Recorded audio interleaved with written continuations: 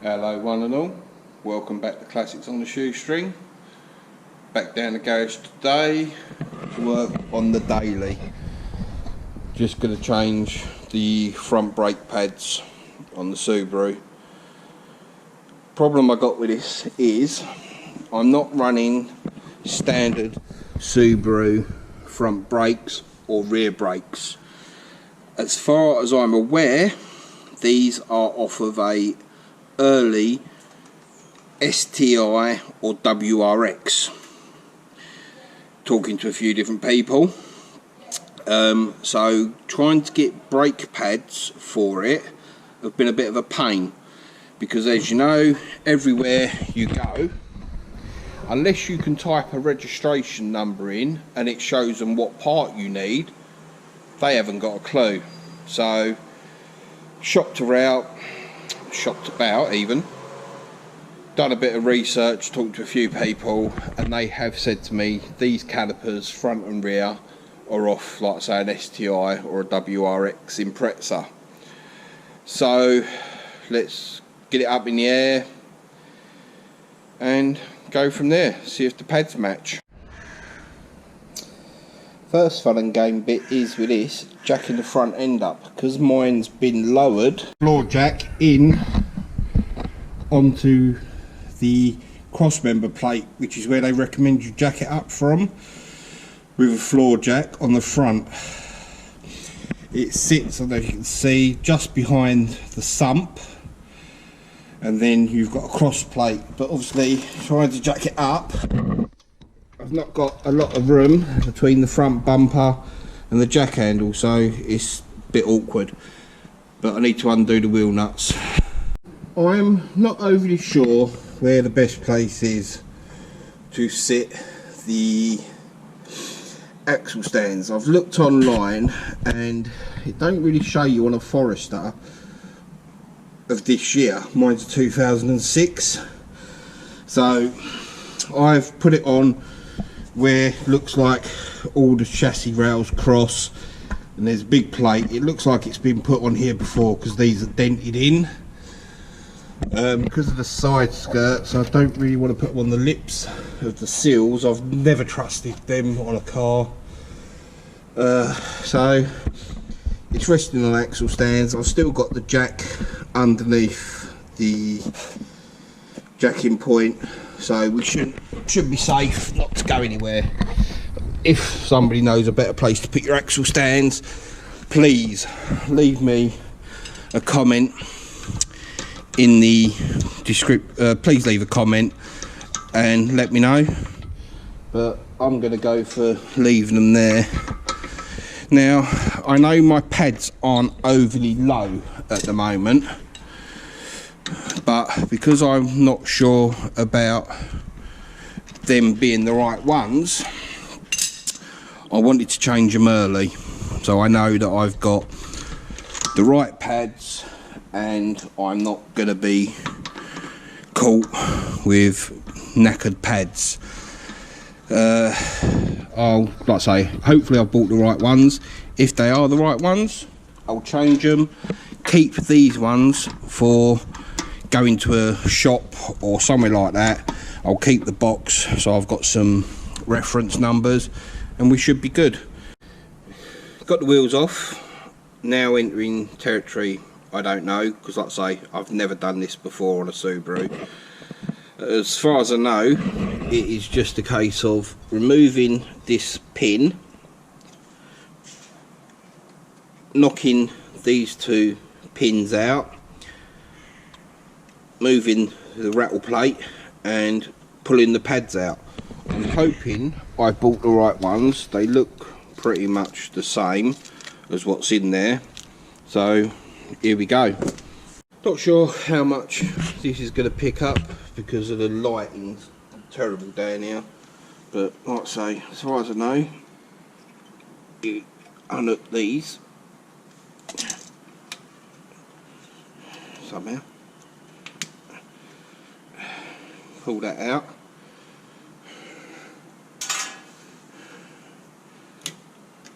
push these pins out, Got a little punch to punch them through. Because they're a bit tight.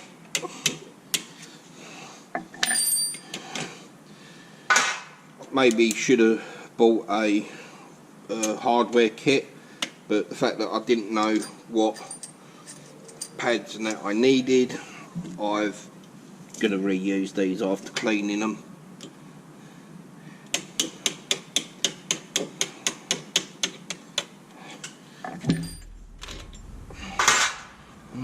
Let's see. First thing I'm going to do is take the top off the master cylinder so it allows the fluid to go back. Took the cap off the brake fluid master cylinder, wrapped a bit of cloth around it, tissue in case it overflows. Hopefully that'll help when they come to pushing the pads back. Sometimes you can do it by hand.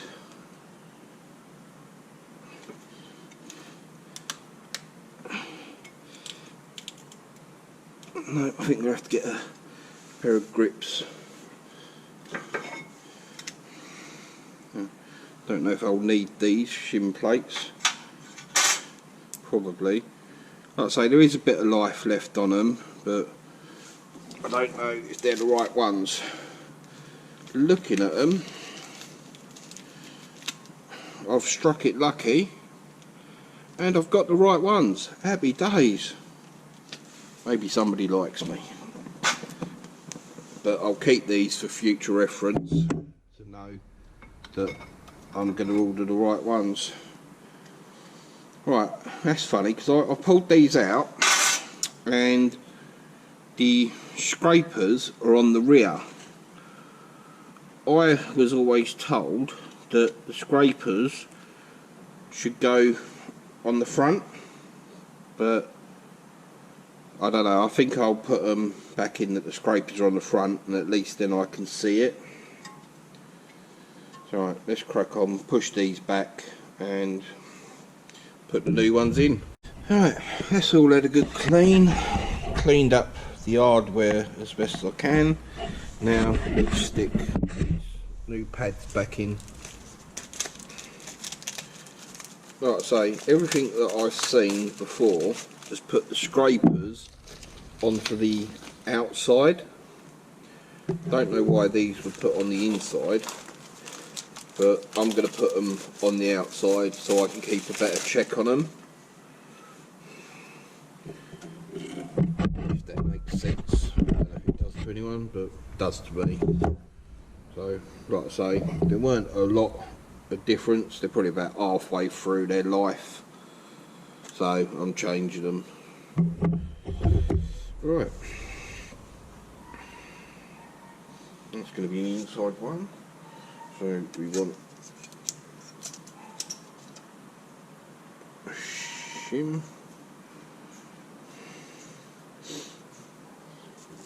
Come with a bit of anti-lube, so I'm going to try putting that in.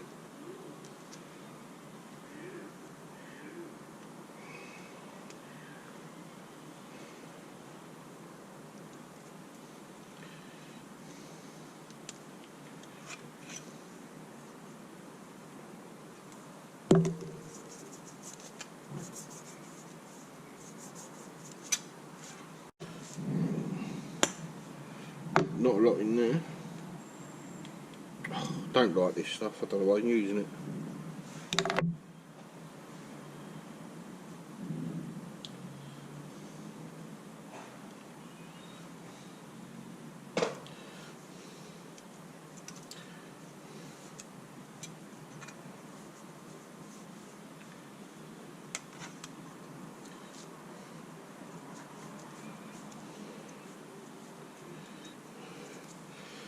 Probably totally wrong, but let's smear that everywhere and see how we go. Got that one in there. So I'm going to put the not the anti-rattle. That piston's come back out for some reason.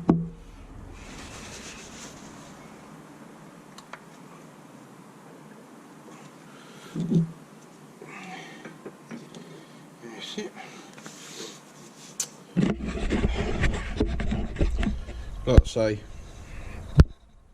I've put the scrapers on the outside so I can keep an eye on them rather than having them on the inside. But literally the reverse of this is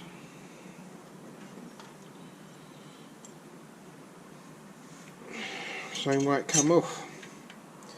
So put that through there.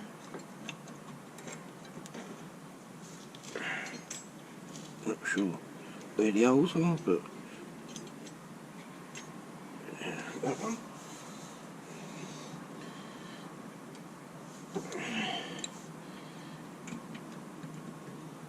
Oh, come on. That's it. And that one through there. Someone will probably tell me there's a different way of putting this back in, but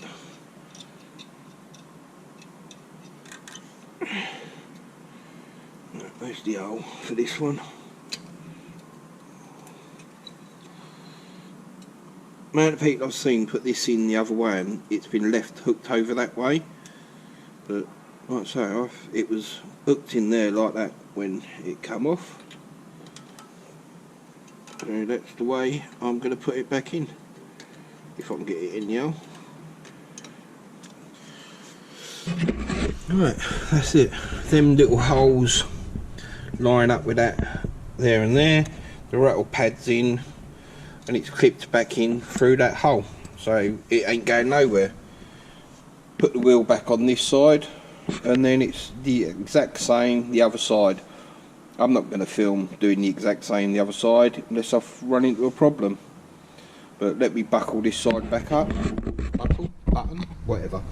Let's get this side back up and done. Oh, I put these on because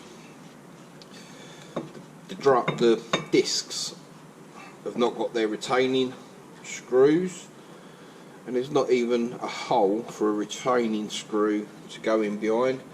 So I just bolted these back on to hold the disc in while I mucked around.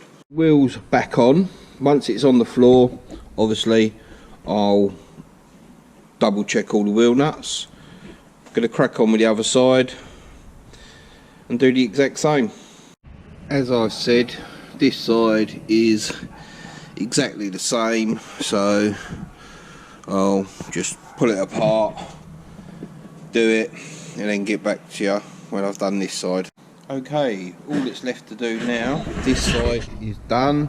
Like I say, it's identical to the other side, is jack it up, get the axle stands out, lower it down. But before I do that, put the cap back on the reservoir so the fluid don't go everywhere, and then we're done. That's it. Front calipers are done. Remove this, put the cap back on,